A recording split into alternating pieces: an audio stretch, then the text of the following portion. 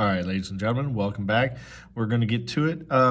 Here we're going to say that we wanted to be able to find out if adding a new stop sign is something the town wants. Welcome to Government 101. You're supposed to be working for the people. So you go out and you ask them. Maybe they've called in and said, we really need a stop sign. Well, there's money, there's work, there's traffic flow. There's a lot of things to consider that we don't always think about. So the town is trying to do what's called their due diligence. They're trying to find out, do their best work to investigate and find out what actions should be taken. So here, they're talking about adding a new stop sign, and they came to two different conclusions. We need to decide which, if each or neither conclusion is valid. All right. I'm going to be highlighting some things here. You survey the 20 residents who live closest. So first there's the number 20. Then there's residents who live closest to the new sign. 15 support the sign, 5 do not. So you conclude that 75% of the residents in your town support the sign. So the conclusion, I'm just going to highlight in red. Man, that looks a lot like orange, but just enough, all right? I don't like this conclusion. Couple of reasons. Number one, if we look back at our previous video, the sample size needs to be 30 or more. And here we have A fails. We'll find out for B if that fails or passes. But sample size needs to be 30 or more. So it fails that. I could stop right then and there. But let's talk about another reason why it doesn't pass. Another item that we needed was we needed to have non-bias. So think about this. A fails. Fails almost as bad as not reaching 30.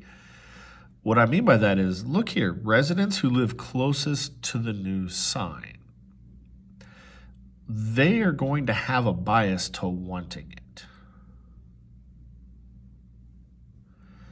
So residents who live closest to the new sign excludes people who don't live near it. Now, you could sit there and say, well, you know, their opinion would be stronger because they're the ones who are going to be affected directly by it. And that would be absolutely true. That's not what a bias is. A bias is saying, hey, this directly affects me, and we're not including people who it doesn't directly affect. Another way to think about it is, just because you lived by where the new sign's going to go in, your tax money is going to be used to install it, manage it, and do all that stuff. But so are the people who don't live in your area, so they should also have a say. So what created a bias here is location.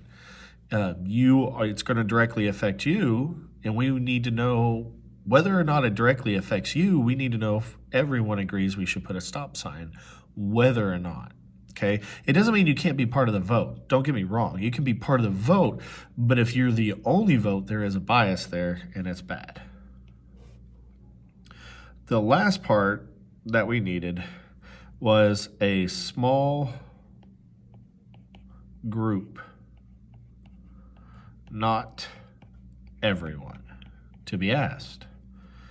And A actually passes this one. They didn't ask the entire population of the city. They asked just 20 people who live next to it. So it fails 2 out of the 3 checks. Let's check on B, though. Let's see how it does. You survey 100 residents at random. So number one, the number 100 looks great to us, okay? And residents at random. Oh my goodness, this seems perfect. 40% support the new sign, 40 support the sign, 60 do not. So you conclude that, get that back. We are going to conclude that 40% of the residents of your town support the new sign. I can't find anything wrong.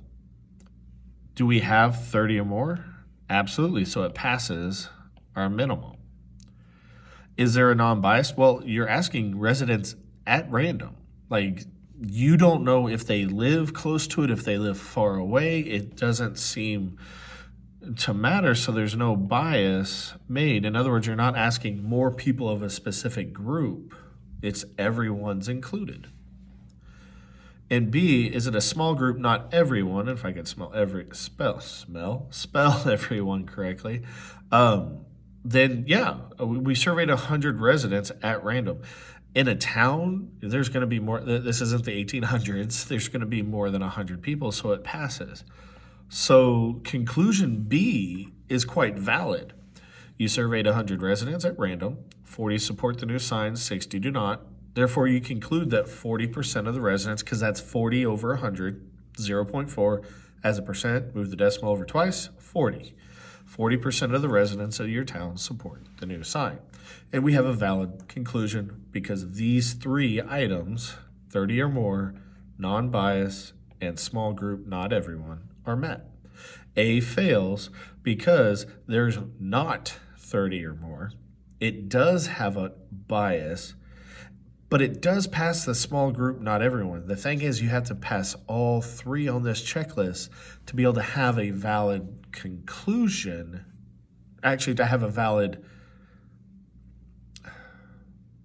It's not a conclusion. Conclusions are up to interpretation. Interpretation is done by the people who read the survey. To have a valid survey, you have to have all three of these. And the conclusion seems to match the survey that 40 out of the 100 said yay for the sign, and so 40% agree with the sign. Stay safe out there, guys. Keep at it. Keep working hard. Keep your head down. We're almost through. You got this.